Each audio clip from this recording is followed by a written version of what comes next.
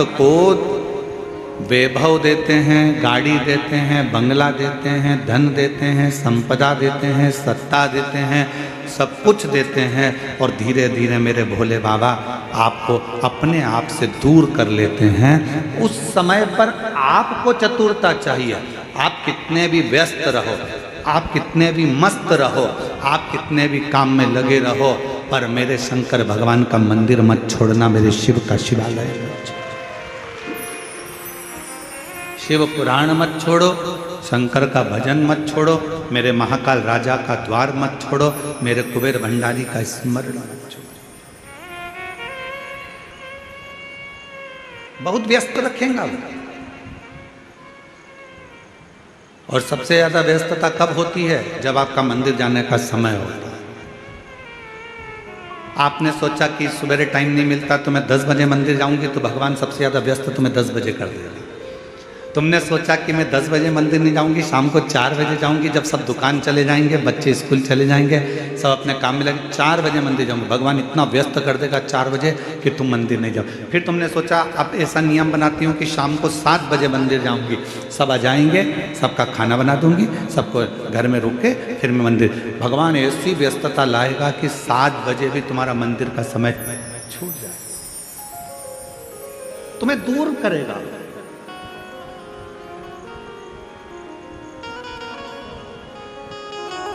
अब उस समय पर आपकी समझदारी चाहिए कि भगवान है मेरे शंभु, है मेरे त्रिकालदर्शी, है मेरे कैलाशी अविनाशी, है मेरे महाकाल राजा, है मेरे काशी विश्वनाथ। ऐसी कौन सी गलती हो रही है जो तुम मुझसे दूर कर रहे हो? भगवान कहेंगे ये गलती नहीं है, मेरे शंकर भगवान कहेंगे इसको गलती नहीं कहते।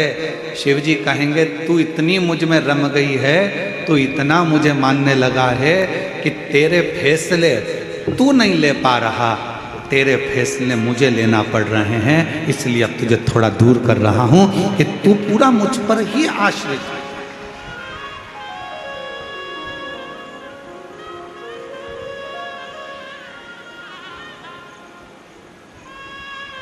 तारकासुर था असुर,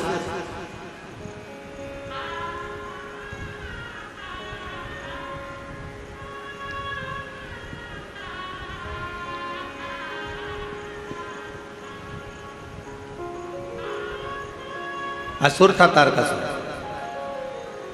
पर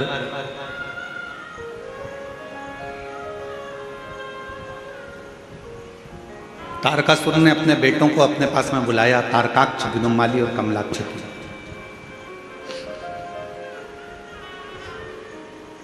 तीनों को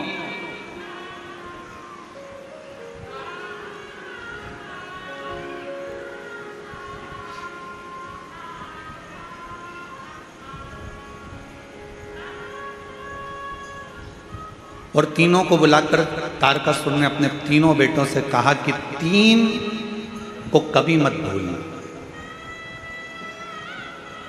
और सुन लो मेरी छत्तीसगढ़ की जीजियों, मेरे छत्तीसगढ़ के जीजाओं, बहुत सावधानी से।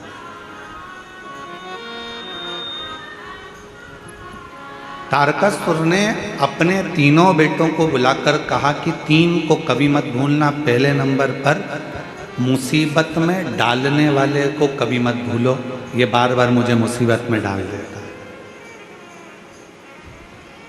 दूसरा, मुसीबत से निकालने वाले को कभी मत भूलो, जो तुम्हें दुख से, तकलीफ से, मुसीबत से निकाल देता है। और तीसरे नंबर का, मुसीबत में साथ देने वाले को कभी मत भूलो, जो तुम्हारे साथ में चल रहा है।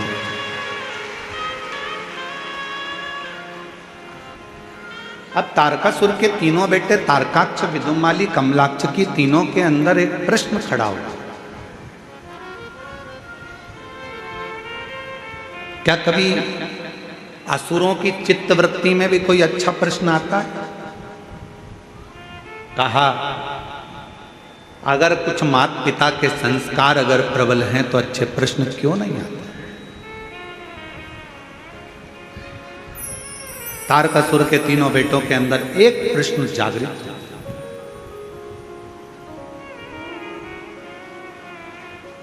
और वो प्रश्न कौन सा था? तारकासुर के तीनों बेटों ने कहा, पिताजी आप कहते हो मुसीबत में डालने वाले को कभी मत भूलो, मुसीबत से निकालने वाले को कभी मत भूलो, और मुसीबत में साथ देने वालों को कभी मत भूलो। इन तीनों का गुण क्या किसी एक में पाया जा सकता है?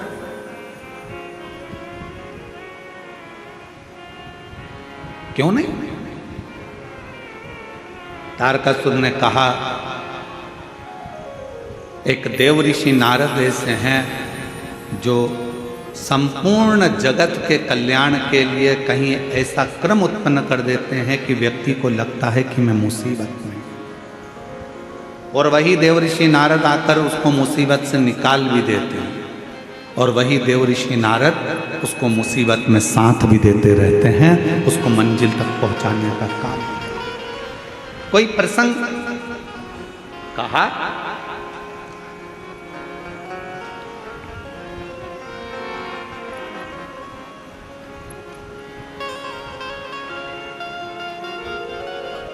तारकासुर ने कहा, एक प्रसंग मेरे स्मरण में आता है। वो कौन सा प्रसंग है? कहा, वो प्रसंग है भगवान शंकर के नेत्र से रुद्राक्ष की उत्पत्ति हुई, और भगवान शंकर के नेत्र के जल से ही अंधकासुर की उत्पत्ति।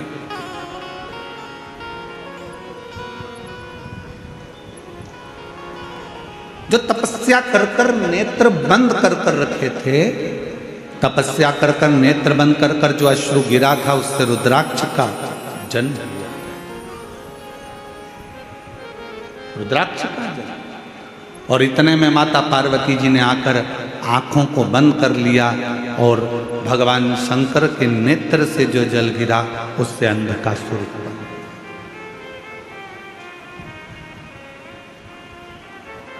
एक तपस्या का जल, एक साधना का जल, एक उपासना का जल, एक मेहनत का जल, एक परिश्रम का जल, एक संघर्ष का जल जो आपके और हमारे शरीर से निकलता है, वो साधारण नहीं होगा। आज पूरा विश्व 21 जून को योग दिवस मना रहा है, पूरा विश्व मना रहा है।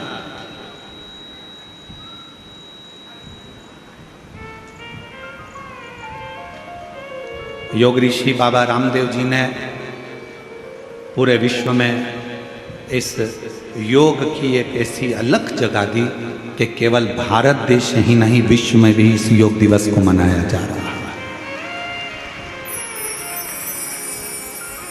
और सभी को इस पवित्र योग दिवस की बहुत बहुत बधाई हो। संपूर्ण देश और संपूर्ण विदेश, जहाँ जहाँ पर सनातन धर्म है, वहाँ के सारे सनातनी स्वस्थ रहें, योग करते रहें और अपने जीवन को अलमस्त होकर जिए। यही काम।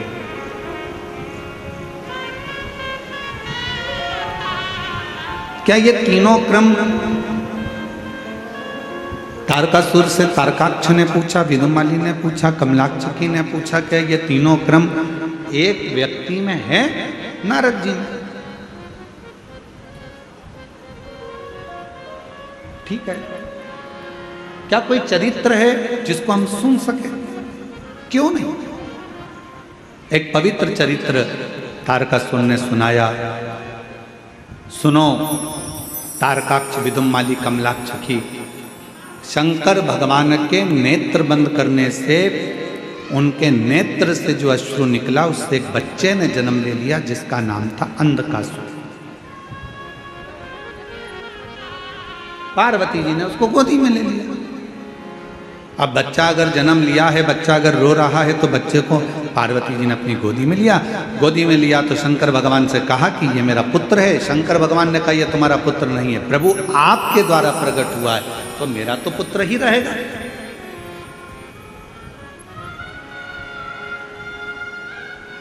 यदि आपके द्वारा अगर प्रकट हुआ है तो ये तो मेरा पुत्र है।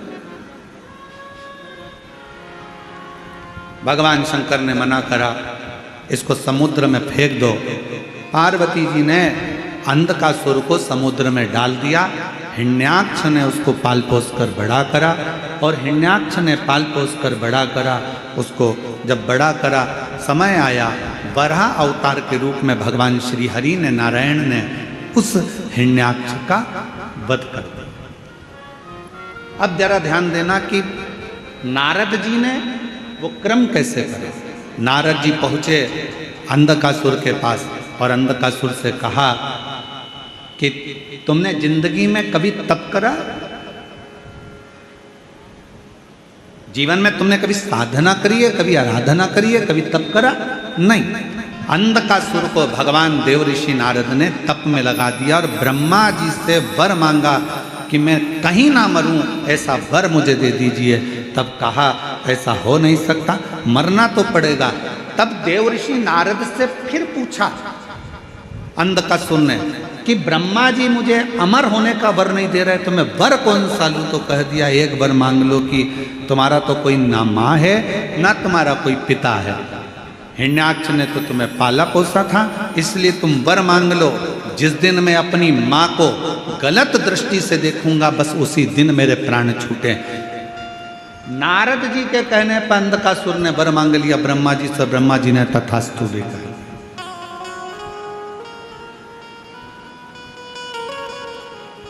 अब तथास्तु तो कह दिया,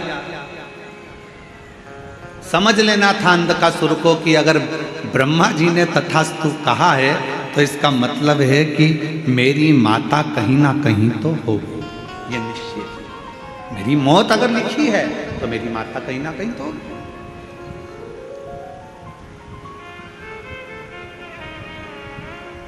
दे दिया भाई। और समय आया,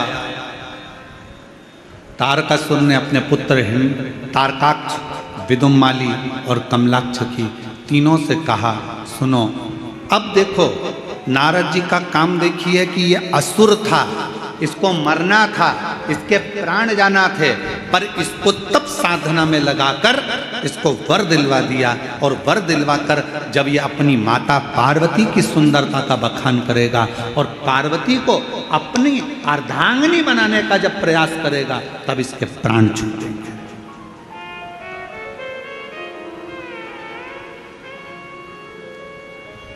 और समझाया देवऋषि नारद ने। ऐसा नहीं कि देवऋषि नारद समझाते नहीं है, नारद जी का काम है समझाना, ज्ञान देना। एक विद्वान संत, साधु, सन्यासी, तपस्वी, साधक, उपासक की एक क्रमता होती है कि वो समझाने का प्रयास करते, पर तुम्हारी बुद्धि में बैठे तब तुम्हें समझ में आए। महाराज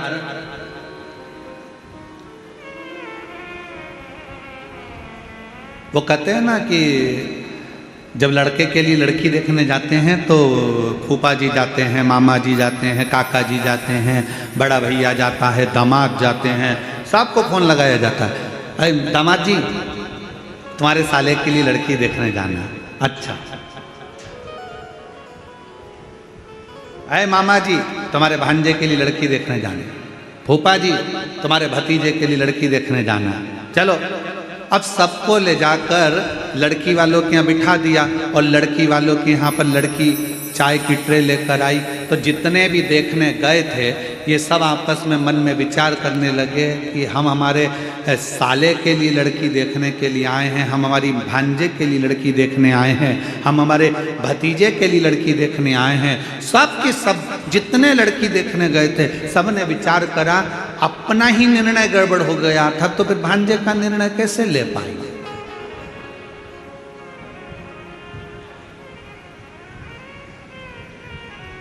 जब हमारी शादी की बात आई तो हमने विचार करा, मामा सोचे कि हमने विचार करा, फूफा सोचे हमने विचार करा, दामाद सोचे हमने विचार करा, हमारा निर्णय हमको ही अच्छा नहीं मिल पाया तो हम हमारे साले के लिए कौन सा निर्णय ले पाएंगे। ये विचार नहीं हो जाता।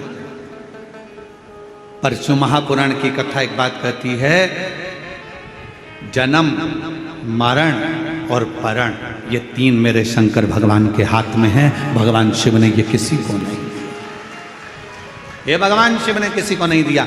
जन्म कब होना है, कहाँ होना है, कैसे होना है, कितनी बजे होना है, ये निश्चित स्वयं देवाधिदेव महादेव करते हैं। मरण मृत्यु कहाँ होना है, किस जगह पर होना है, भले तुम कहीं पर भी रहते हो, पर तुम्हारी मौत जहाँ लिखी होगी, जब लिखी होगी, जिस जगह पर लिखी होगी, जिस घड़ी में लिखी होगी, उस घड़ी में, उस पल, उस समय में मृत्यु तुमको लेकर चली जाएगी। और अगर तुम्हारी मौत नहीं लिखी है तो चाहे दुनिया के लोग मृत्यु के घाट उतर रहे हों, बाबा भोलेनाथ उस व्यक्ति को कैसे भी काल के पंजे से निकाल कर बाहर ले आएंगे। कोई बच जाएगा और मालूम पड़े बाकी के मर जाए। और ये हुआ। अभी अहमदाबाद में एक घटना घटी, बोलो टीवी पर देखी थी कि नहीं देखी थी? अरे जम के तो बोलो, देखी थी। अहमदाबाद में घटना घटी, कितना अच्छे अच्छे सब अपने अपने भावों से जा रहे थे, सबके हृदय में भगवान समाहित था, सबके हृदय में शिव था। फ्लाइट में बैठ भी गए, फ्लाइट उड़ भी गई। उस कैंपस में मेडिकल कॉलेज के जो बच्चे थे वो भोजन कर रहे थे। उनको क्या मालूम था कि हमारी मौत यहाँ लिखी है, हमारी मृत्यु यहाँ लिखी है। वो फ्लाइट में उड़ने वालों को क्या पता था कि हमारी मृत्यु यहाँ लिखी है? किसको मालूम?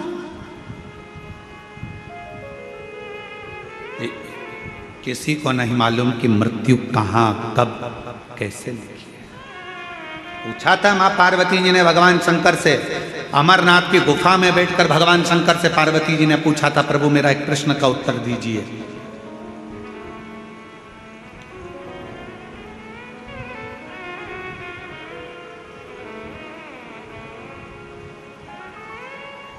मृत्यु की तिथि, मृत्यु का समय, मृत्यु का पल, मृत्यु की घड़ी कब लिखी जाती?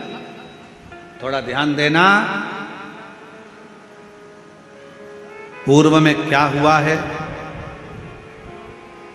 तुमने कितना कमाया, कितना गमाया, पूर्व में क्या तुम्हारे पास था, क्या नहीं था, ये बताना सरल है, पर आने वाला समय क्या कह रहा है, कितने दिन जियोगे, कब चले जाओगे, कब आखिरी श्वास होगी, कब भगवान का भजन कर रहे होगे, कब प्राणों को त्याग रहे होगे, ये बताना कठिन है, बहुत कठिन। कोई कितना भी विद्वान संत बन जाए, कोई कितना विद्वान साधु बन जाए, कोई कितना विद्वान सन्यासी बन जाए, कोई कितना भी बड़ा महाराज बन जाए, वो बता नहीं सकता। याद रखना, सबसे पहला दर्शन करने के लिए मेरे शंकर भगवान राम जी के दरवाजे पर गए थे। मां कौशल्या जी की गोद में से राम जी को गोद में लेकर दर्शन किया था। क्या मेरे शंकर भगवान को नहीं मालूम था कि राम जी को 14 वर्ष के लिए वनवास जाना पड़ेगा? मेरे राम जी को मालूम था। क्या मेरे राम जी को नहीं मालूम था कि सीता जी का परित्याग करना पड़ेगा? मेरे शंकर भगवान को मालूम था। पर मेरे शंकर भगवान ने ये सब कुछ देखा, पर भविष्य नहीं बताया कि आने वाले समय में तुम्हारे साथ क्या होने वाला है। याद रखना, संत साधु सन्यासी तपस्वी साधक उपासक दुनिया में कितने भी पैदा हो जाएं, पर मृत्यु कब, कहां, कैसे होगी, इसका रिसर्च तो वैज्ञानिक भी नहीं कर सकते, साइंटिस्ट भी नहीं कर सकते। इसका रिसर्च तो केवल एक देवाधिदेव महादेव कर सकते हैं। शंकर ओघड़दानी ने लिखा, पार्वती से कहा, सुनो पार्वती, मृत्यु अटल सत्य है। जब बच्चे की नाल कटती है, माँ के गर्भ से जब बच्चा जन्म लेता है, उसकी नाल कटती है, उस नाल कटने के समय पर बच्चे की मृत्यु लिख दी जाती है कि कब, कहां, किस जगह, कैसे होगी। समय निश्चित हो जाता है।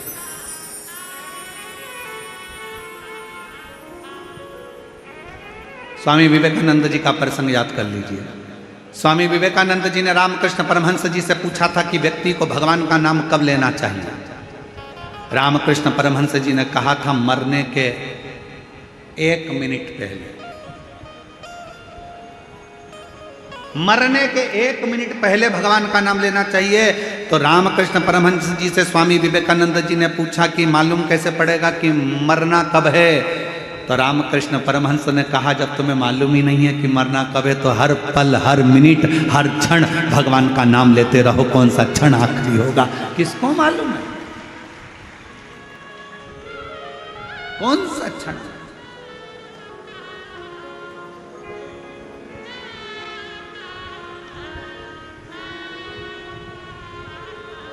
और महाराज, अंत समय प्रभु आना पड़ेगा, वचन दिया तो निभाना पड़ेगा।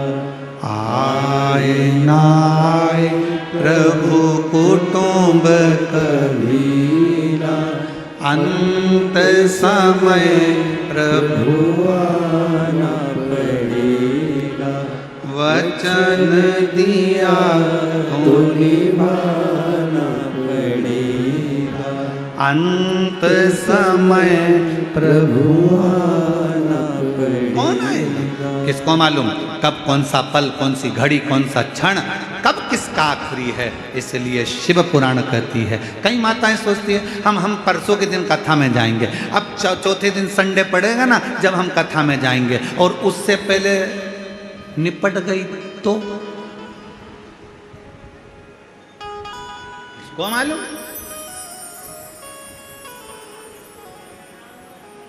अरे अभी सावन में अपने यहाँ कथा होगी ना, तब हम सुन लेंगे। हमने सोचा है सावन के महीने में हमारे पास में ही कथा होगी, तब हम सुनेंगे। और सावन से पहले निपट गई तो क्या बात?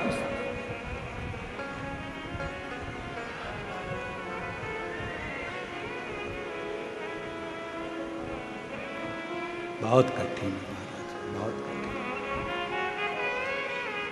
खूब भगवान का नाम ले। खेत में काम करो, धान बो, अपनी मेहनत को पीछे मत हटो, परिश्रम पूरा करो।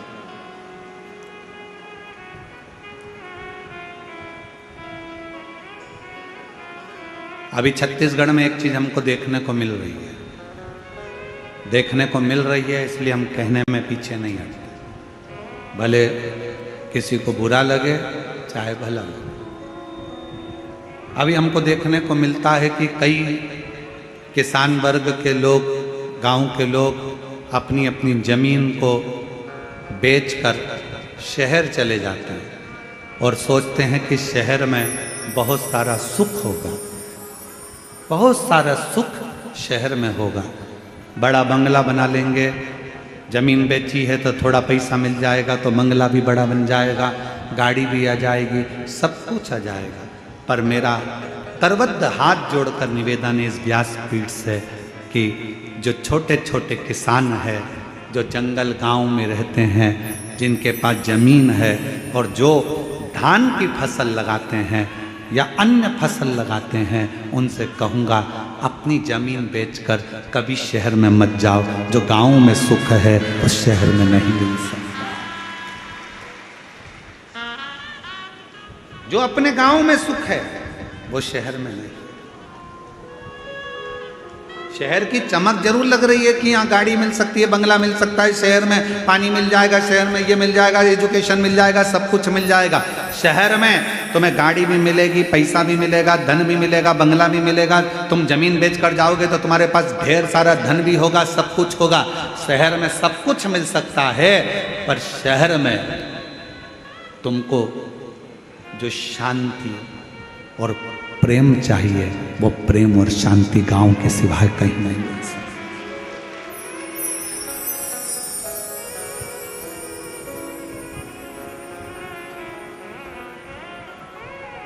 कितना अंतर है शहर और गांव में। शहर में अगर कोई साधु भी आ जाए, संत भी आ जाए ना, तो लोग उसको भिखारी समझते हैं। मांगने आया होगा, दरवाजा बंद कर दो, दरवाजा मत खोलना, दरवाजे पर लिख देते हैं कुत्तों से सावधान, अंदर मत घुस जाना। शहर में अगर कोई साधु संत भी आ जाए तो लोग उसको भिक्षुक समझते हैं, भिखारी समझते हैं। और गांव में अगर कोई भिखारी भी आ जाए ना तो लोग उसे संत समझते हैं, साधु समझते हैं, सन्यासी समझते हैं, तपस्वी समझते हैं। मत बेचो अपनी जमीन को, भले थोड़ा सा टुकड़ा है, थोड़ी सी फसल लगाओ, अलमस्त जिंदगी जियो। अपनी जमीन है, अपनी जमीन पर रह रहे हो, तुम सब जमींदार हो। लोग कहते हैं ये किसान है, हम कहते हैं जिसके पास जमीन का भी अगर एक टुकड़ा है तो वो जमींदार से कम नहीं है, अपनी मस्ती में जीने वाला है, अपनी मस्ती।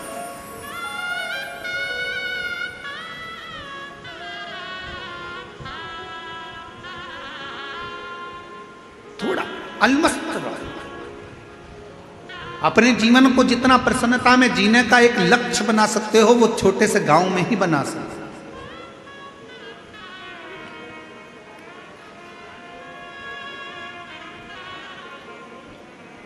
शिव कथा करे, भगवान शंकर का चरित्र करा है, शिव महापुराण की कथा करे, या भगवान शंकर का संवाद करता है।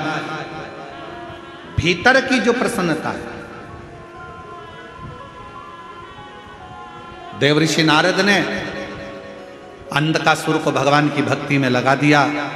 अब वो विचार करता है कि वर मिल गया, वर मिलने के बाद उसने विचार करा कि मुझे शादी करना है, कोई अच्छी लड़की मिल जाए। जो लड़की थी कहाँ, शिव जी उसको ब्याह कर ले गए। माता पार्वती जी की सुंदरता की ओर उसका मन डोल गया, मन उसका विचलित हो गया पार्वती जी की ओर, और आखिरी में पार्वती जी को लेने गया। उसको नहीं मालूम था कि ये मेरी माँ है, इसने जब मेरा जन्म हुआ तो गोदी में मुझे ले लिया था, और मुझे गोदी में लेकर ये निश्चित हो गया था कि ये मेरी माता हो।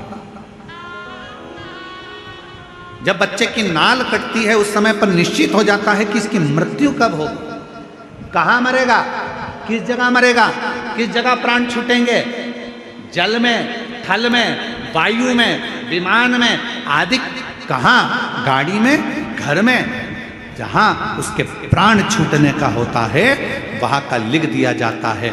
अपने जिले में, अपने क्षेत्र में, अपने प्रदेश में, दूसरे प्रदेश में, दूसरी जगह में, कहाँ लिखा वहां जाता है। वहां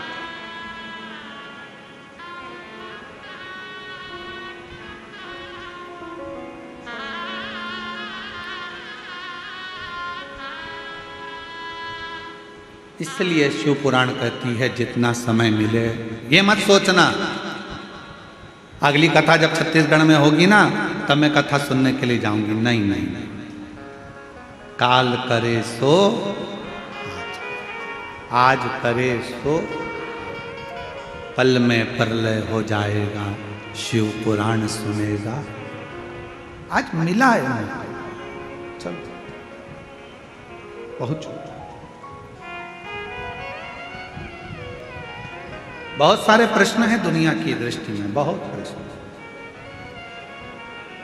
एक बहन ने एक प्रश्न लिखा कि गुरुजी हम हमारे नर्मदा जी का दर्शन करने के लिए हम जबलपुर के पास बेड़ा घाट गए, वहाँ से हम शंकर जी का छोटा सा शिवलिंग लेकर आ गए, हम उसकी प्राण प्रतिष्ठा करे बिगर हम उसका पूजन कर रहे हैं, हमारे पास में प्रतिष्ठा का पैसा नहीं है, हम उसकी आराधना कर रहे हैं, क्या हमें पुण्य मिलेगा? क्यों नहीं मिलेगा? लिंग पुराण में, शिव महापुराण में, नर्मदा पुराण में, स्कंद पुराण में सब में तो वर्णन किया कि मां नर्मदा जी के जल से अगर कोई कंकर भी निकलता है तो वो शंकर है। उस शंकर की प्रतिष्ठा की जरूरत नहीं होती, वो अपने आप में प्रतिष्ठित होता है।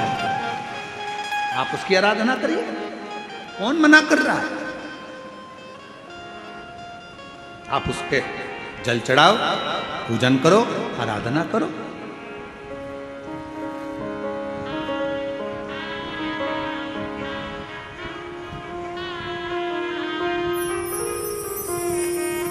और आप जब उसकी आराधना करेंगे, उसका स्मरण करेंगे तो सुख अपने आप आए। और शंभु शरण मांगू घड़ी रे दुख काटो दया कर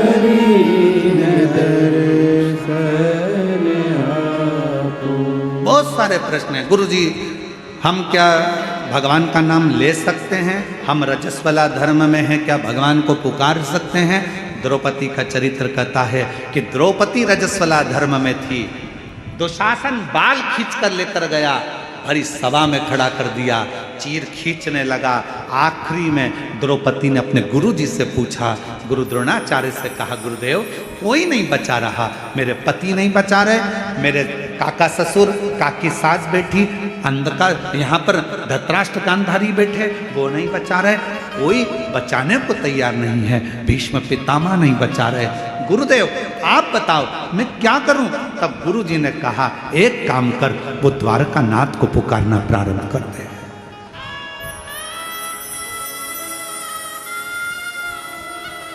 भगवान को पुकार।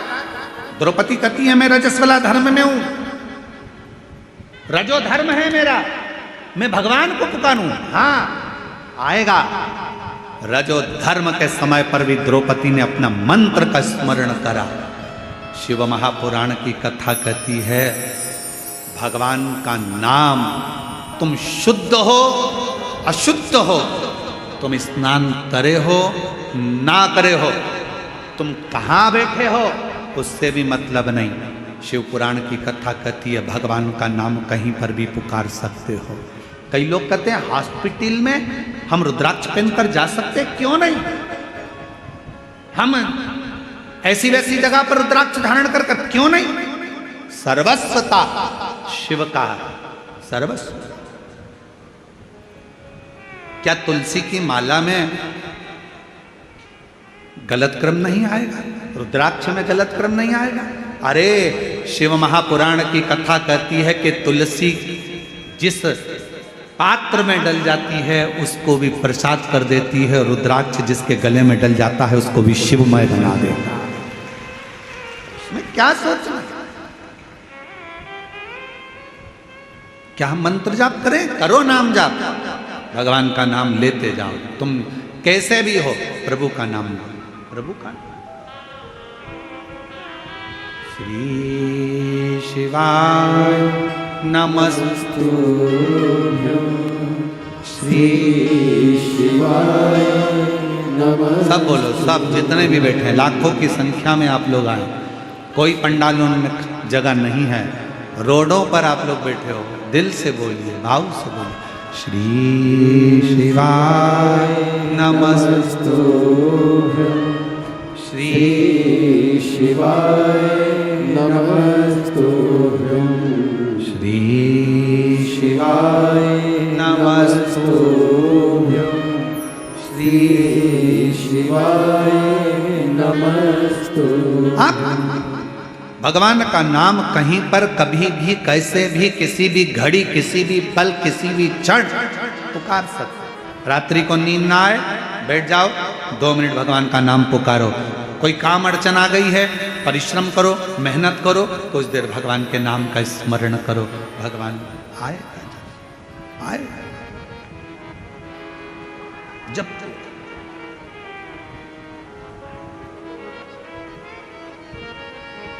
तब कहाँ कैसे प्राण जाएंगे कोई भरोसा नहीं। अंधकासुर ने सोचा कि मेरे प्राण जाएंगे ही नहीं, मेरी तो कोई माँ है ही नहीं, मेरी माता ही नहीं है तो प्राण जाने का काम ही क्या। पर उसको क्या मालूम था कि मृत्यु निश्चित है। संसार सागर में अगर आप आए हैं तो मौत तो निश्चित रहेगी, जाना तो पड़ेगा। प्राण छूटे, इसलिए निवेदन है उसको पुकारना। अंत समय प्रभु सब बोलो, सब पड़ेगा, वचन दिया तो निभाना पड़ेगा। आए ना आए प्रभु कुटुंब कभी ना, अंत समय प्रभु आना पड़ेगा। वचन दिया तो निभाना पड़ेगा। अंत समय प्रभु आना पड़ेगा। पुकारते रहो। उसको जपते रहो, वो सुनेगा जरूर, आएगा। उसको पुकार, सुन, शिव कथा कर। आखिरी में अंधका सुनने पार्वती माता पर गलत दृष्टि दे दी और उसके प्राण चले गए।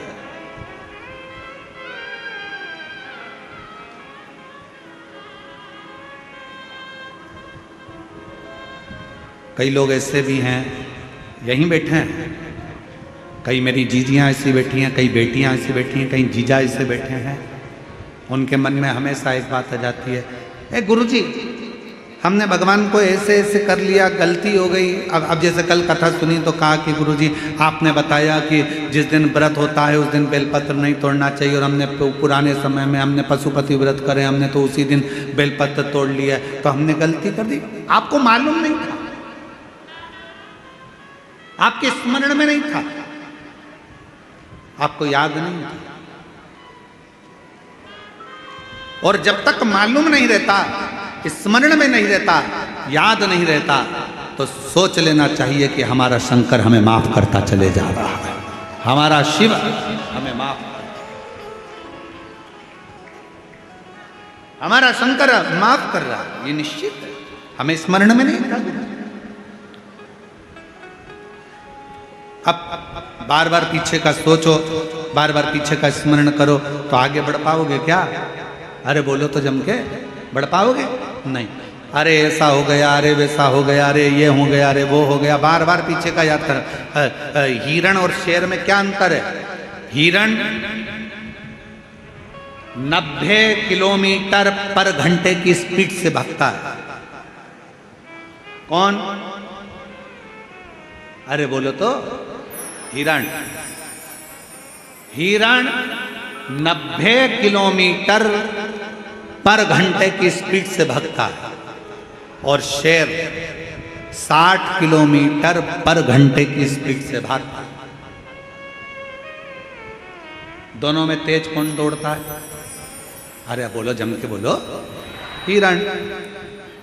वो 90 किलोमीटर पर घंटे की स्पीड से हिरण भागता है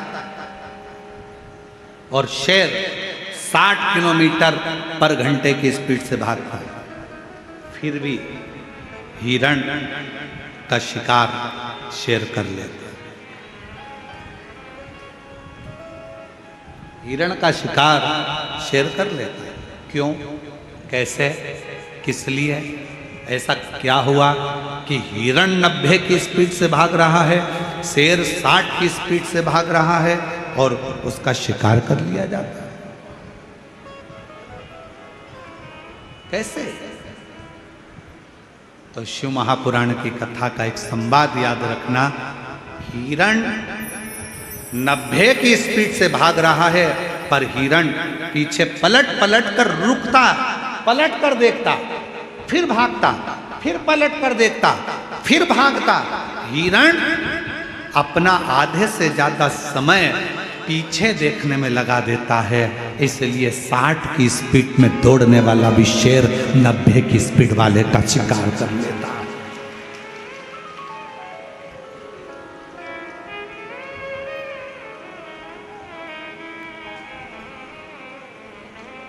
पलट रहा है, पीछे देख रहा है, पीछे, फिर पीछे देखा, फिर पीछे देखा, फिर पीछे देखा, फिर पीछे देखा, तो शेर ने उसका शिकार कर लिया। 90 की स्पीड में भाग रहा था हिरण, पर 60 वाले ने 90 वाले का शिकार कर लिया। पीछे पलटने के चलते। और आपसे निवेदन है, मेरी छत्तीसगढ़ की जीजियों, मेरे छत्तीसगढ़ के जीजाओं, मेरी बेटियों बेटाओं, आपसे निवेदन है। कई बेटियां कहती हैं मैंने पहले एग्जाम दिया, 4 बार एग्जाम दिया, 5 बार एग्जाम दिया, मैं क्लियर नहीं कर पा रही हूँ, मैं सीए बनूंगी कि नहीं बनूंगी, डॉक्टर बनूंगी कि नहीं बनूंगी, मैं ये वाला एग्जाम पास करूंगी कि नहीं करूंगी, मैं ये कर पाऊंगी कि नहीं कर पाऊंगी, मैं इंजीनियर बन पाऊंगी कि नहीं बन पाऊंगी, मैं कलेक्टर बनूंगी कि नहीं, मैं एसपी बनूंगी कि नहीं बनूंगी। ये पीछे तुमने कितने भी एग्जाम दिए, उसको मत देखो। तुम्हारी स्पीड 90 की होना चाहिए। अच्छा पढ़ो, मेहनत करो, संघर्ष करो और दौड़ते रहो, आगे बढ़ते रहो, फिर तुम्हारा शिकार कभी नहीं होगा। तुम एक दिन अपने सिंहासन पर बैठ कर ही रहोगे। एक पत्र है, अच्छा है, देखिए। शंभू शंभू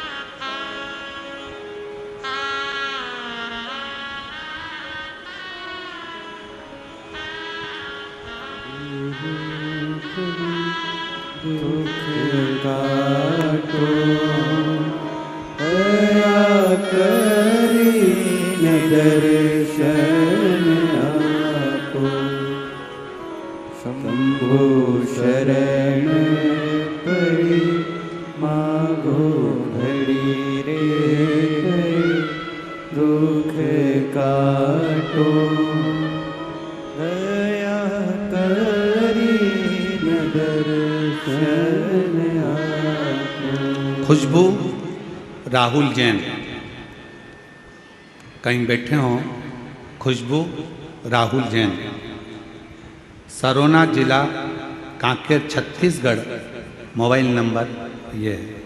खुशबू राहुल जैन अगर कहीं बैठे हों तो बेलपत्र लेने के लिए आ सकते हैं। खुशबू राहुल जैन, सरोना जिला कांकेर छत्तीसगढ़, मोबाइल नंबर। गुरुदेव, बाबा का कितना बखान करूं, कम है। गुरुदेव, मुझे झटके आते थे और झटके के कारणवश में गिर जाती थी और मुझे याद नहीं रहता था कि क्या हो, समझ नहीं आता। ये झटके आते आते सालों निकलते चले गए, जिंदगी बढ़ती चली गई। आयुर्वेदिक इलाज करवाया, डॉक्टरों का इलाज करवाया, पर कभी भी झटके बंद नहीं। आखिरी में किसी बहन जी के कहने पर कथा सुनना प्रारंभ करी। शिव जी पर जल चढ़ाना, बेलपत्र चढ़ाकर खाना, शिव जी के मंदिर की सेवा करना प्रारंभ करी और बाबा की कृपा से 11 मार्च 2021 से कोई झटका नहीं आया। बाबा की कृपा से मैं ठीक। 11 मार्च 2021 से लास्ट झटका आया था, उसके बाद से मेरे बाबा ने मुझे संभाल लिया। महाकाल बाबा की कृपा, कुबेर भंडारी की कृपा, मैंने शिव जी को अपना पिता मान लिया। गुरु जी, आप कहते हो कि शंकर भगवान से कोई संबंध जोड़ लो, और अगर एक रिश्ता भगवान से जुड़ गया तो तुम्हारी पूरी टेंशन तुम्हारे पिता की होगी। मैंने भगवान शिव को अपना बाप मान लिया। गुरुदेव, मेरे 2 बच्चे हैं, सोचती हूँ कि अपने बच्चों के लिए और अपने परिवार के लिए कुछ करती रहूँ, जिससे मेरा परिवार में कहीं धन की कमी ना हो। मेहनत आप कहते हो पूरी करो। मैंने भी एक दिन एकांत में बैठकर विचार करा कि मैं क्या करूँ। शिव जी के हाथ छोड़ दिया। मेरे पिताजी जैसा मार्ग बताएंगे मैं करूँगा। और बाबा की कृपा से एक दिन बैठी थी, एक साड़ी में फाल लगाने को आ गई। फिर मैंने ब्लाउज सिलना प्रारंभ करा, फिर मैंने बड़ी बनाना प्रारंभ करा, फिर मैंने पापड़ बनाना प्रारंभ करा, फिर मैंने चिप्स बनाना प्रारंभ करा। और आज बाबा की कृपा से अच्छा व्यापार मेरे शिव रूपी पिता के हाथ से चल रहा है और मैं अच्छा आनंद के साथ कार्य कर रहा हूं। किसके आश्रित होकर? शिव के आश्रित, शंकर के आश्रित। एक पत्र और लिखो। पद्मा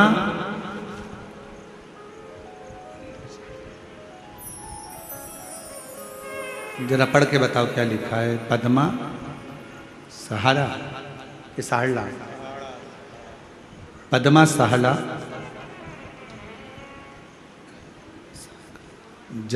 जामसार कला थाना डोंगर गांव से हूँ।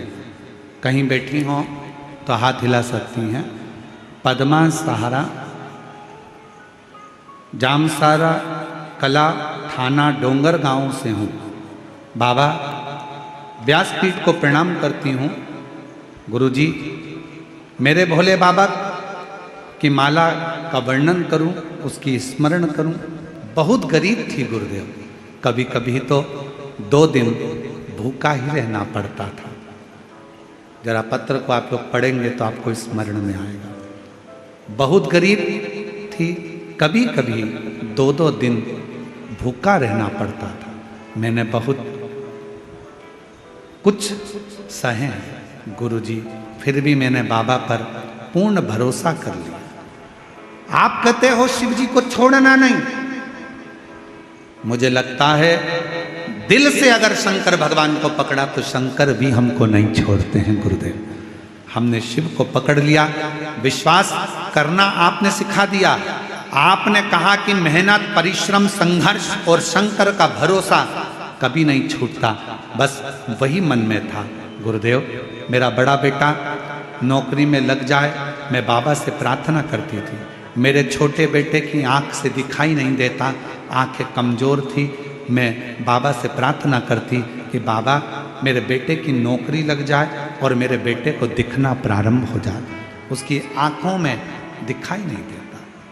बहुत परेशान, करूं तो करूं क्या? शिव पर भरोसा करा।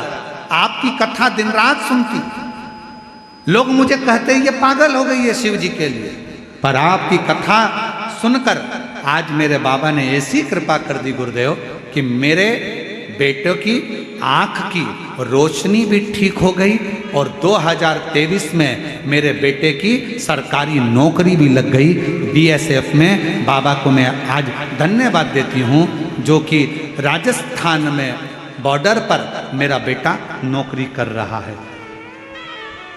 बॉर्डर राजस्थान में BSF की नौकरी पर आज मेरा बेटा है। मेरे शिव की कृपा से आंखें भी ठीक हुई और नौकरी भी।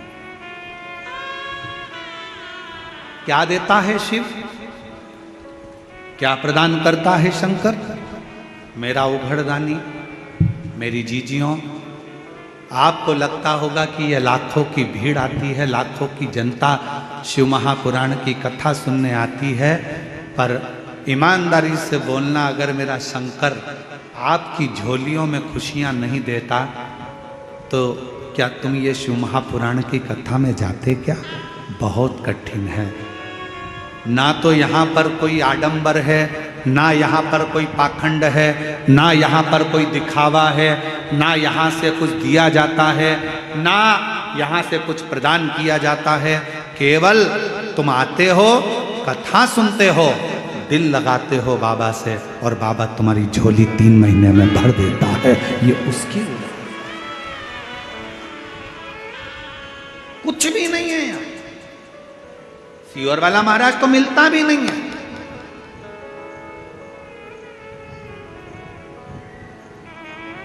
हम आपसे मिलते भी नहीं है, और नहीं मिलने का कारण केवल एक है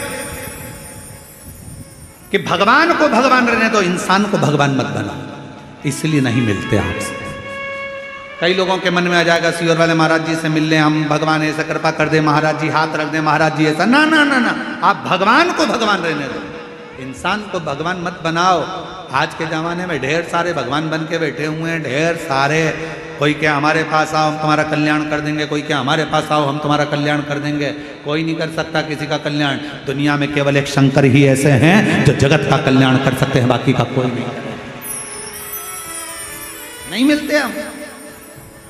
और इस बात के पीछे बहुत विवाद भी होता है। कई लोग कहते हैं महाराज जी तो चाय पीने जाते होंगे तो इतने लाख ले लेते होंगे, कई लोग कहते हैं महाराज जी तो ऐसे जाते होंगे किसी के घर तो करोड़ों रुपए ले लेते होंगे। ना ना ना ना, हम चाय तो हमारी ज़िंदगी में आज तक मुंह पे रखी नहीं, क्योंकि हमारे घर में जब हमारी परिस्थिति ऐसी थी तो हमारे यहाँ चाय बनाने के लिए दूध का भी पैसा नहीं था। तो हमें स्मरण में है हमारी माँ थोड़ा सा कहीं से अगर गुड़ मिल जाता था तो पानी में घोल कर उसको दे देती थी, होठ पर लगा लेते थे तो लगता था कि चाय ऐसी होती होगी। उस परिस्थिति से निकले हैं तो आज तक चाय मुंह पे रखी नहीं, उस परिस्थिति का स्मरण। क्यों नहीं, नहीं आप और हम भी भगवान के एकांत में बैठकर शिव नाम का भजन करें, स्मरण करें, चाकरी करें, मंत्र जाप करें, और आप भी शिव से लगन लगाओ, उसकी ओर जाओ। जिसकी जरूरत है। सीहोर में भी आओ, हमने एक बार कथा में कहा था, आपके घर के नजदीक में अगर शंकर जी का मंदिर है, आप रोज शिव जी के मंदिर में जल चढ़ाने के लिए अगर जाते हो, तो हमने कहा था उसके बीच में अगर तुम्हारी मौसी का घर पड़ जाए, मामा का घर पड़ जाए, सहेली का घर पड़ जाए, रिश्तेदार का घर पड़ जाए, बेटी का घर पड़ जाए, माँ का घर पड़ जाए, तो भी उस रिश्तेदार के घर मत जाना, सीधे मंदिर, मंदिर से सीधे घर आना, क्योंकि शंकर भगवान कब क्या देकर भेज देगा, तो वो खजाना लेकर अपने घर जाइए। सीहोर कुबेरेश्वर धाम पर आओ तो यह सोचकर आना कि मैं अपने पापा के घर जा रही हूं, मैं अपने पिता के घर जा रही हूं, मैं अपने बाबुल के घर जा रही हूं। ऑटो वाला कहेगा यहां ले चलता हूं, वहां ले चलता हूं, ये करता हूं, वो करता हूं। नहीं, मुझे मेरे पिता के घर लेकर चल, मुझे मेरे कुबेरेश्वर धाम लेकर चल। मैं रेलवे स्टेशन पर उतरी और बाबा से कहो कि मुझे मेरे बाबा के घर लेकर चल। देगा तो मेरा बाप देगा, और जो बाप देगा वो दुनिया में कोई नहीं दे सकता है। मेरा शंकर मुझे, मैं उसके अधीन हूं।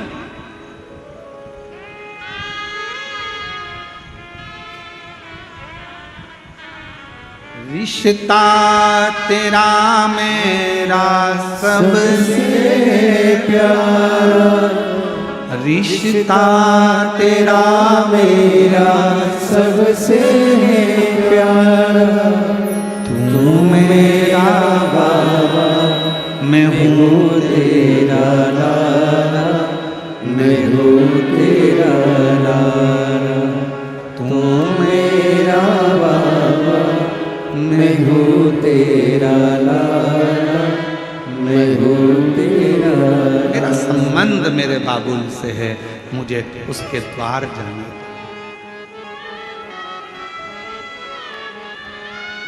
एक हमारे शैलेंद्र भाई बहुत अच्छा एक देवी का स्मरण भजन गाते हैं। वो स्मरण में आता है कि अब ना रोको ना रोको, माँ के द्वार जाने दो। अब ना रोको ना रोको, माँ के द्वार जाने दो। माँ के द्वार जाने दो, माँ के द्वार जाने दो, अब न रोको न रोको, माँ के द्वार जाने दो, अब न रोको न रोको, माँ के द्वार जाने दो। एक बार जाने दो मुझे, एक बार जाने दो, एक बार जाने दो मुझे, एक बार जाने दो, ना रोको ना रोको, माँ के द्वार जाने दो, अब ना रोको ना रोको, माँ के द्वार जाने दो। रोते नहीं, रोते नहीं, आंसू बचे, रोना नहीं। अच्छा खुश हो, आपके बाबा ने हाथ पकड़ लिया, आप क्या सोच रहे हैं?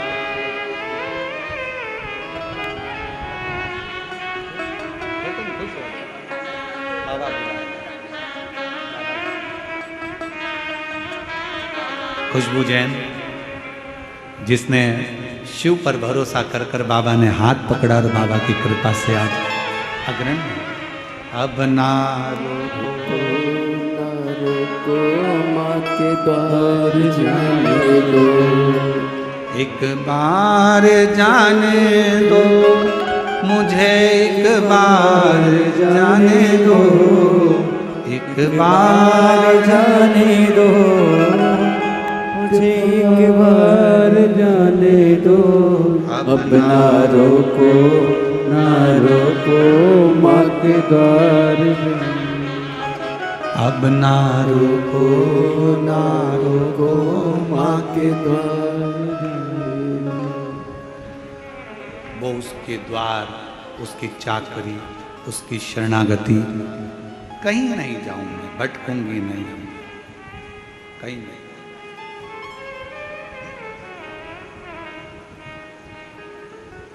उससे कहूं दिल की बात, भटकूं ना।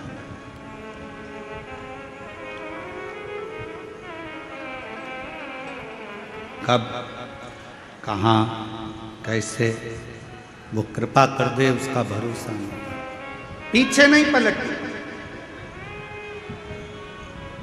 क्या हुआ, पहले मैंने एक बार एग्जाम दी, नहीं निकली गुरुजी, दूसरी एग्जाम दी, नहीं निकली गुरुजी, कोई बात नहीं, मेहनत कर रही हो ना बेटा, अपना परिश्रम कर रही हो ना बेटा, सफलता मिलेगी।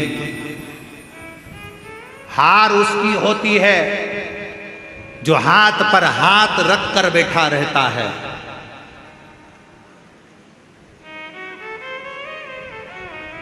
हार उसकी होती है जो हाथ पर हाथ रख कर बैठा रहता है।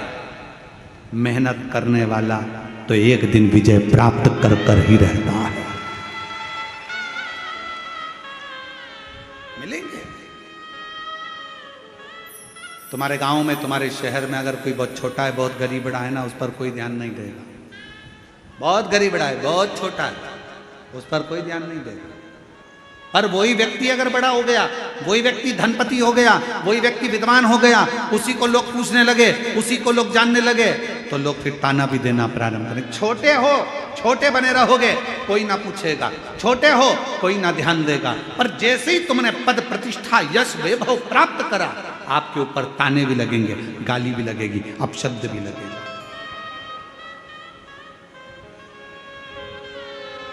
सील ठप्पा लगना कोई साधारण बात नहीं है महाराज। डिग्री प्राप्त करना कोई साधारण बात नहीं है महाराज।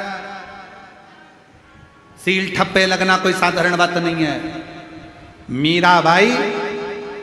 मीराबाई के जीवन में सोचो, सांप का पिटारा आया, शेर के सामने जंगल में छोड़ दिया।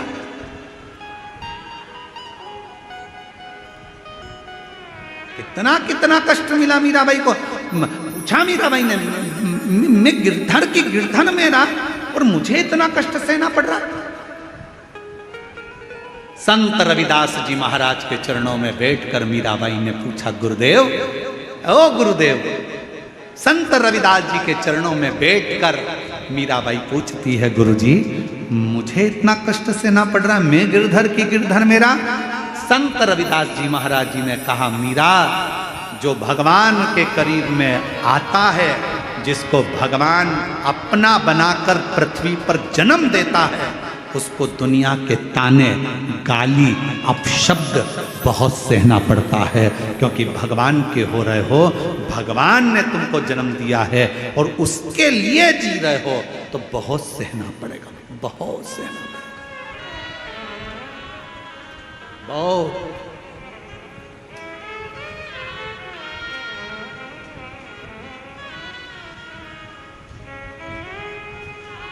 बहुत सुना, फिर भी हार ना मानो।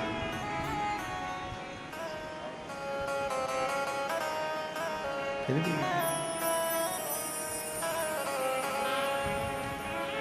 बस उसकी भक्ति में एक विश्वास है, एक विश्वास।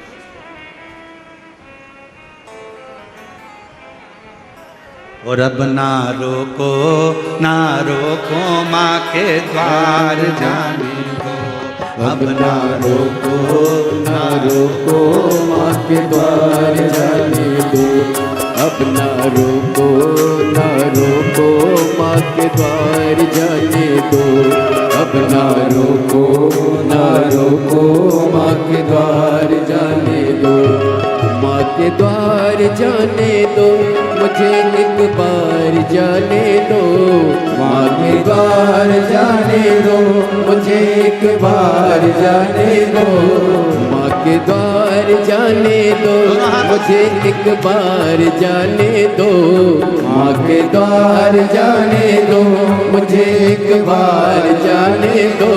अब ना रोको, ना रोको माँ के द्वार जाने दो। अब ना रोको, ना रोको माँ के द्वार जाने दो। अब ना रोको, ना रोको माँ के द्वार जाने दो। अब ना रोको, ना रोको माँ के द्वार जाने दो।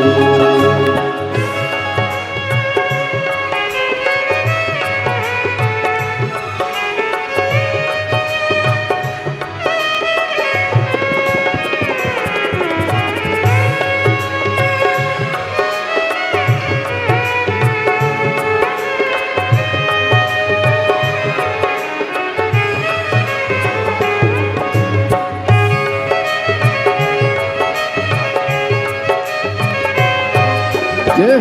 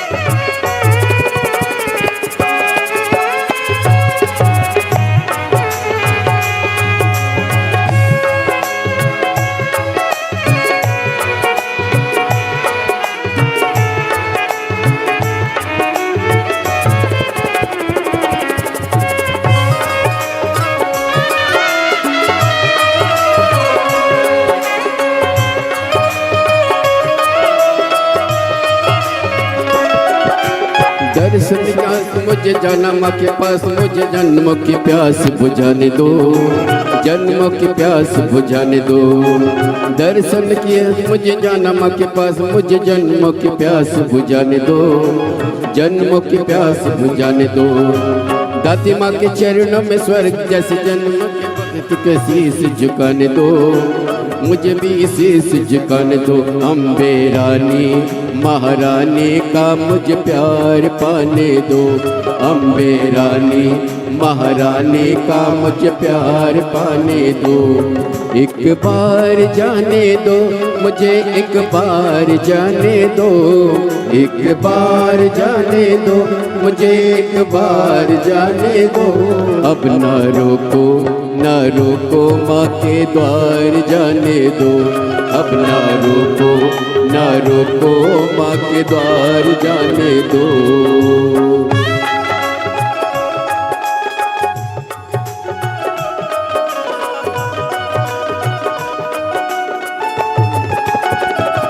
जय हो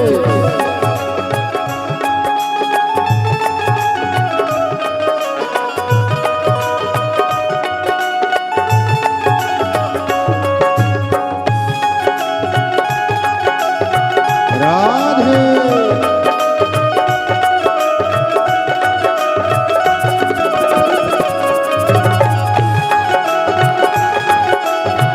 हरि बोल।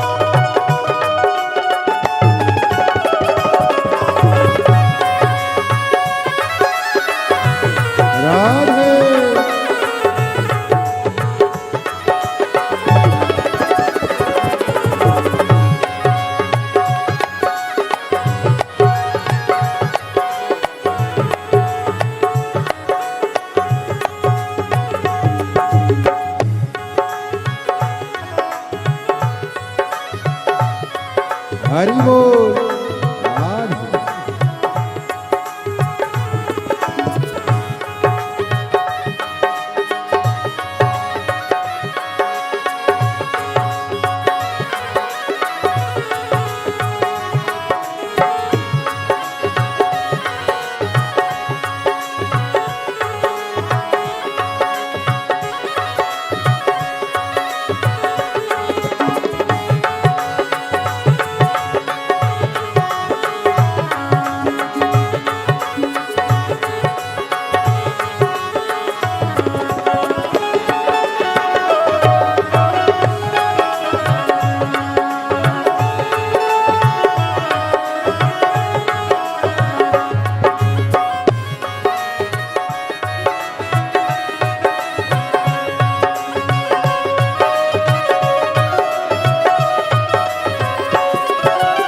भरे भंडारों से सच दरबारों से सबकी भरती है झोलिया, सबकी भरती है झोलिया। भरे भंडारों से सच दरबारों से सबकी भरती है झोलिया, सबकी भरती है झोलिया। आया नहीं मैं अकेला देखने मैया सबकी भरती है झोलिया, सबकी झोलिया। इन्हें संतों महंतों का दीदार पाने दो, इन्हें संतों महंतों का दीदार पाने दो। रंगदार जाने दो मुझे एक बार जाने दो, एक बार जाने दो मुझे एक बार जाने दो। अब ना रोको ना रोको माँ के द्वार जाने दो, अब ना रोको ना रोको माँ के द्वार जाने दो। मुझे एक बार जाने दो माँ के द्वार जाने दो, माँ के द्वार जाने दो मुझे एक बार जाने दो। ना रोको ना रोको माँ के द्वार जाने दो, अब ना रोको ना रोको माँ के द्वार जाने दो। अब ना रोको ना रोको माँ के द्वार जाने दो, अब ना रोको ना रोको माँ के द्वार जाने दो। अब ना रोको ना रोको माँ के द्वार जाने दो, अब ना रोको ना रोको माँ के द्वार जाने दो। बोल दुर्गा भवानी माता। अपने स्थान पर बैठकर भगवान शिव जी से प्रार्थना निवेदन भाव से दिल से बाबा को प्रार्थना करिए, निवेदन करिए, विनय करिए। शिव जी को अपने मन का भाव अवश्य हृदय से बाबा को अपने मन का भाव दिल से प्रार्थना करें। जहाँ जगह मिले वहाँ बैठ जाएं और जिन जिन को आता है साथ में बोलेंगे सभी।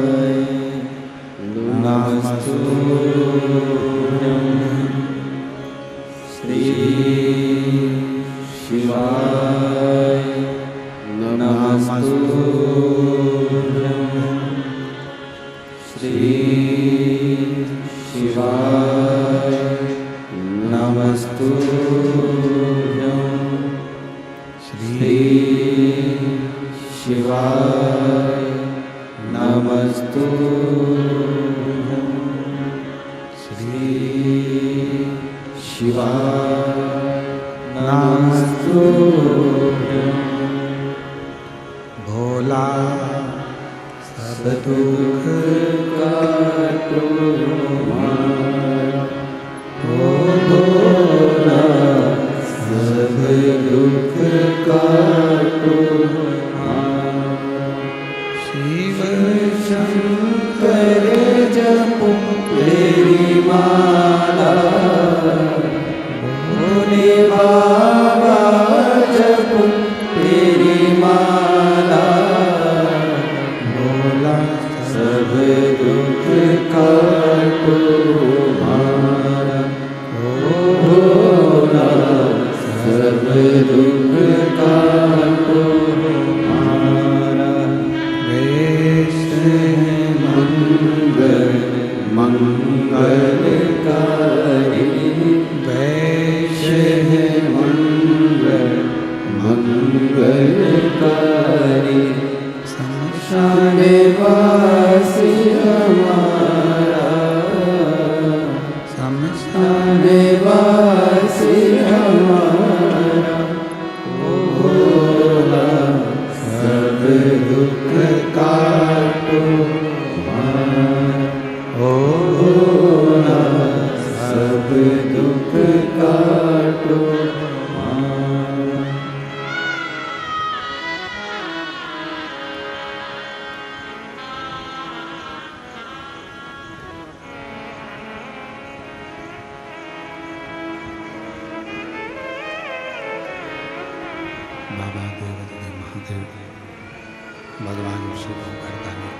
श्री कैलाशी निवासी शंकर भगवान शिव की पवित्र कथा कर रहे हैं। शिव महापुराण की कथा वर्णन कर रहे हैं। शिव तत्व कह रहा है।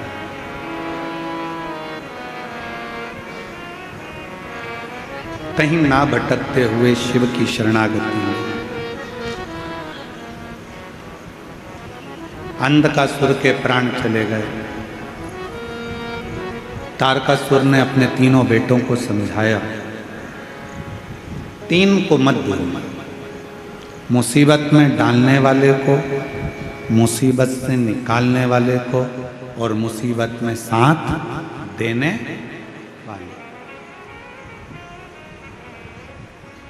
देवऋषि नारद अगर अपने किसी पर करुणा करने वाले होते हैं तो पहले उसको थोड़ा कष्ट दे देते हैं,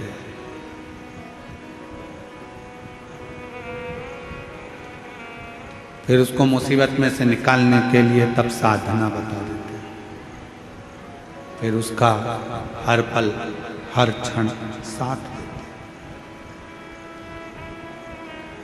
बहुत प्रश्न है संसार में, प्रश्नों की कमी नहीं है।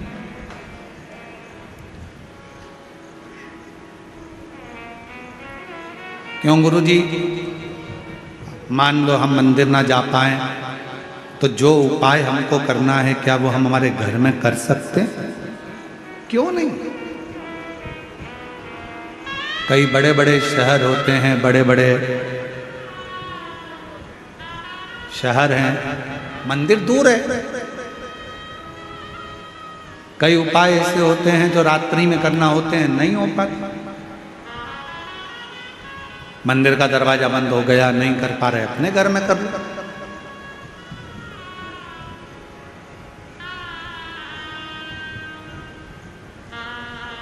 तुम जहां जैसे जब शिव को भज सकते हो, भज। शंकर भगवान का कार्य है आपके द्वार पर आकर आपका कल्याण करना, आपका उद्धार। ये शिव का, और कितनी सुंदर कथा है। तारकासुर के तीनों बेटे तारकाक्ष, विदुम्माली, कमलाक्ष की ने वर मांग लिया था भगवान ब्रह्मा जी से कि हमको 3 पुरियों का निर्माण कर दो, 3 महल बना दो, 3 नगर बसा दो हमारे। हम उस नगर में रहेंगे, उस मोहल्ले में रहेंगे, अपने क्षेत्र में अपनी पुरियों में रहेंगे। और ये वर दीजिए कि हम मरे तो तीनों एक साथ मरे।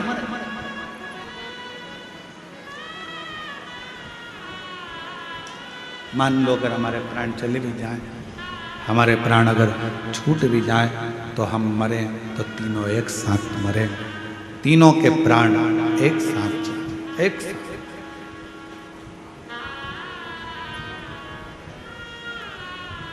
तथा 3 पुरियां बना ली। पुरी का मतलब मालूम है ना? अरे जम के तो बोलो। नगर खाने वाली होती है पूड़ी, और नगर को बोलते हैं पुरी।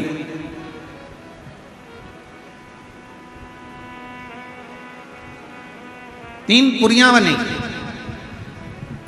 जिसमें तारकाक्ष, विदुम्माली, कमलाक्ष की सब उसमें निवास कर, सब उसमें निवास कर रहे हैं, सबकी सब। खूब उपद्रव मचाया, जितना उपद्रव मचा सकते थे। क्लियर करो उसको आवाज को। खूब उपद्रव मचाया, सारे देवता परेशान हो गए, सब परेशान।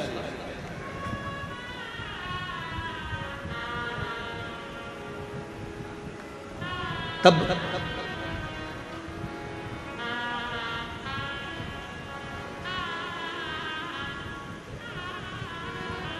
सबने मिलकर भगवान देवादिदेव महादेव से प्रार्थना की।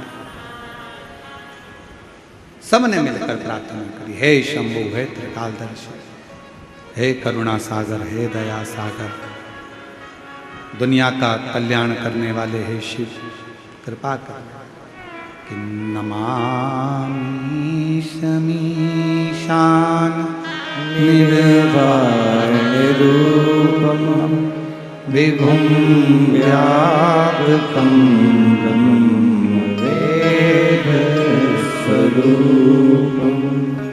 नमामि निर्वाणरूपं विभुं व्यापकं ब्रह्मवेदस्वरूपम्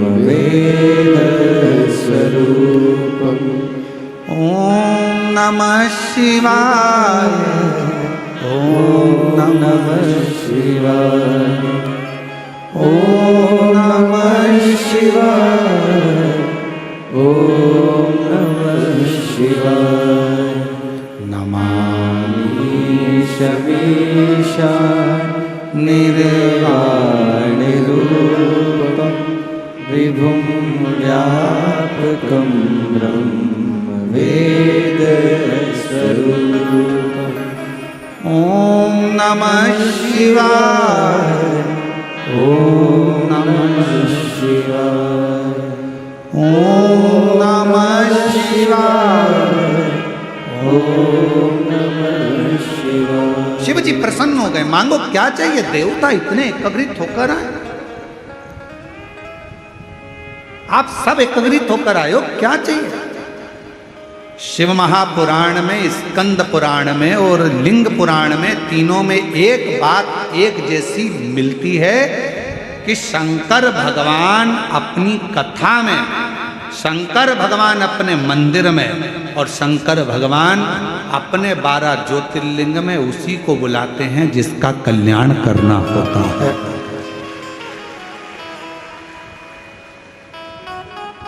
तीनों जगह जाने वाले व्यक्तियों से निवेदन है, आप वहां एंजॉय करने ना जाए, वहां टाइम पास करने ना जाए, वहां पार्टी मनाने, पिकनिक मनाने या ऐश्वर्य आराम के लिए इन 3 जगह पर ना जाए। कहां कहां? पहले नंबर का है शिव महापुराण की कथा में अगर आओ, बाबा से अगर प्रार्थना करने आ रहे हो तो अपने साथ में अपना बिछाने की दरी, अभी बारिश है, पन्नी, छाता, पानी की 2 बोतल, ओढ़ने का साथ लेकर चलो। थोड़ा सा अपने साथ में ठेहुआ वगैरह बनाकर कुछ रख कर, चिवड़ा मिक्सचर लेकर चलो। कभी भूख लगा, कोई नहीं दिया, अपना पा लिया, बड़े बाबा के धाम कथा सुन। एक महिला कलम को प्रतिभा जी ने एक वो भेजा वीडियो, एक वीडियो भेजा था आपने वहाँ सीहोर ऑफिस में, तो सीहोर ऑफिस से वो वीडियो यहाँ पर आया। तो कौन सा गांव से महिला दंडवत करती हुई आ रही है? मुकेर से। तो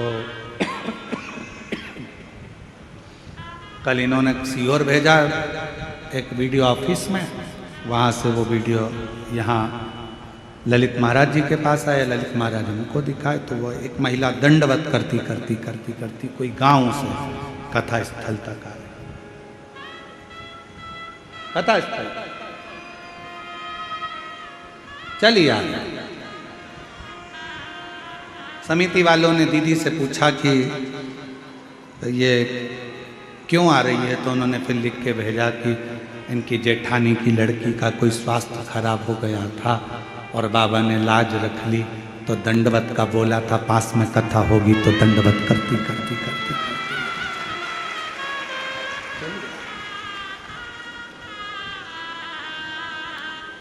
विश्वास। कथा में जाना तो ये सोच कर जाना कि वहां पर थोड़ा संघर्ष करना पड़ेगा, पानी भी आएगा, धूप भी आएगी, कीचड़ भी मिलेगा, हवा भी चलेगी, आंधी भी चलेगी, सब कुछ।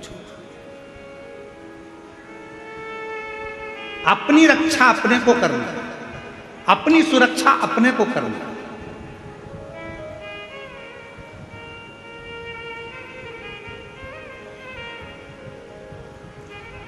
कथा सुनने वालों से, पंडाल में बैठने वालों से, पंडाल में आने वालों से निवेदन रहता है, आपका शरीर अच्छा रहे तो तो तीर्थ भी जाओ, मंदिर भी जाओ, कथा में भी जाओ।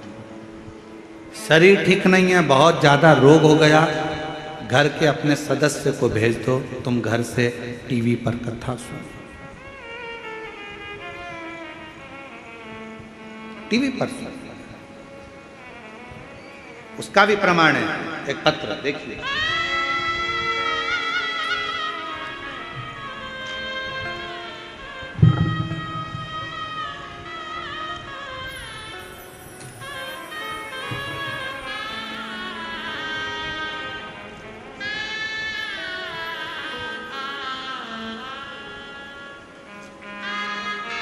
मेरा नाम इंद्राणी साहू है।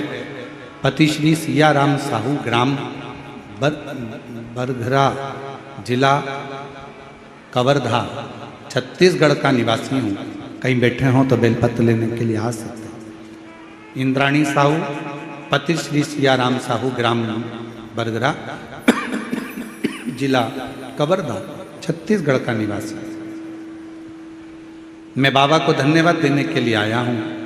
मेरा तबीयत बहुत खराब हो गया था, बड़े बड़े डॉक्टर को दिखाया। मैंने MRI कराना, CT स्कैन कराना, तो पता चला कि तुम्हारे सिर पर गांठ हो गई है। 2.5 सेंटीमीटर का जो गांठ है वो ब्रेन में हो गई है, तुम्हें ब्रेन ट्यूमर हो गया है, उसका ऑपरेशन करना पड़ेगा। खर्चा करीब 10 लाख रुपए का है। पत्र को आप लोग LED पर पढ़ रहे हैं सब लोग, बोलो तो। खर्चा करीब 10 लाख रुपए का लगेगा। डॉक्टर ने बताया ऑपरेशन के बाद कोई गारंटी नहीं है कि बचेगा या नहीं, होश में आएगा कि नहीं। मेरे परिवार वाले घबरा गए और मेरे पत्नी इंद्राणी साहू को अस्पताल, हॉस्पिटल से हम घर लेकर आए, क्योंकि हम छोटे किसान हैं। मेरे पास इतना पैसा नहीं था। मैंने अपने रिश्तेदार, दीदी, जीजा को फ़ोन से बताया, तब किसी को भी बोला, पर इतना धन की व्यवस्था किसी के पास नहीं थी। दीदी बोली तुम ऑपरेशन मत कराओ भैया, एक काम करते हैं, सीहोर चले जाते हैं, वहाँ पर प्रदीप मिश्रा जी रहते हैं सीहोर में, वहाँ कुबरेश्वर बाबा का पूजन करना। दीदी के गाड़ी किया और हम लोग सीहोर चले गए। कुबरेश्वर बाबा का पूजन करा, रुद्राक्ष लिया, पूजन करके रुद्राक्ष लेकर कंकर शंकर पूजा पाठ किया और 2 दिन दर्शन करने के बाद से प्रार्थना किया, बाबा मेरी पत्नी का सिर पर गांठ है, उसे ठीक कर देना। हम लोग रुद्राक्ष लेकर घर आ गए। पत्नी रोज रुद्राक्ष को लोटे में जल में भर देती, भोले बाबा पर चढ़ाती, पीने लगी, बेलपत्र चढ़ा हुआ खाने लगी। 1 महीने के अंदर मेरी पत्नी के तबीयत में सुधार आने लगा और मैंने दूसरी बार जांच कराने पर पता चला कि गांठ गल चुकी है, पत्नी बिल्कुल ठीक हो चुकी है, अब उसको गांठ नहीं। एक पत्र और है,